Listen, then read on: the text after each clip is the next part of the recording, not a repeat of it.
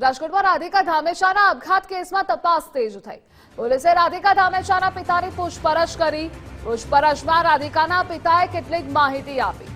થોડા દિવસો પહેલા મિત્રો સાથે ગોવા ફરવા ગઈ હતી રાધિકા। ગોવાથી પરત આવ્યા બાદ ગુમસુમ રહેતી હતી। રાધિકા જે મિત્રો સાથે ગોવા ગઈ હતી તેની પણ પૂછપરછ થશે। ઇન્સ્ટાગ્રામમાં તોફાની રાધાના નામે ઓળખાય છે રાધિકા ધામેચા। સંવાદદાતા રહીમ જોડાયેલા છે। રહીમ, રાધિકા ધામેચા આપઘાત કેસને લઈ અપડેટ શું છે તે જણાવશો। ધ્રુવિશા, ચોક્કસપણે જે રીતના આપઘાતની ઘટના બની હતી તે પહેલા તેણે પોતાના પિતાને જ ફોન કરીને કહ્યું હતું કે હું હવે જાઉં છું, અને પિતા જ્યારે તેના ઘરે પહોંચે તે પહેલા જ તેણે ગળાફાંસો ખાઈને આપઘાત કરી લીધો હતો। રાધિકાની જો વાત કરવામાં આવે તો રાધિકાના લગ્ન 10 વર્ષ પહેલા થયા હતા અને તેને એક પુત્ર પણ છે।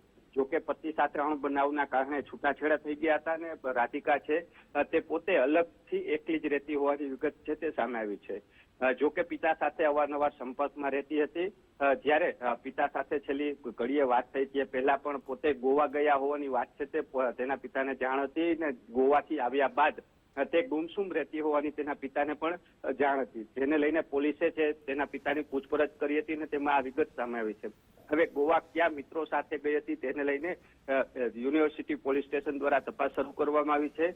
જેટલા મિત્રો સાથે ગઈ હતી તમામ મિત્રોની પૂછપરછ માટે હવે આગામી સમયમાં પોલીસ તેના મિત્રોને બોલાવે તેવી શક્યતાઓ છે તે હાલ સેવાઈ રહી છે। જો કે હાલ એડી રાખી અને તે રાધિકાની જે મોત છે તેની તપાસ કરવામાં આવી છે અને જરૂર જણાશે તો આગામી સમયમાં ફરિયાદ પણ નોંધવામાં આવશે। જી ધ્રુવિશા। જી રહીમ, જોડાવા બદલ આભાર આપનો।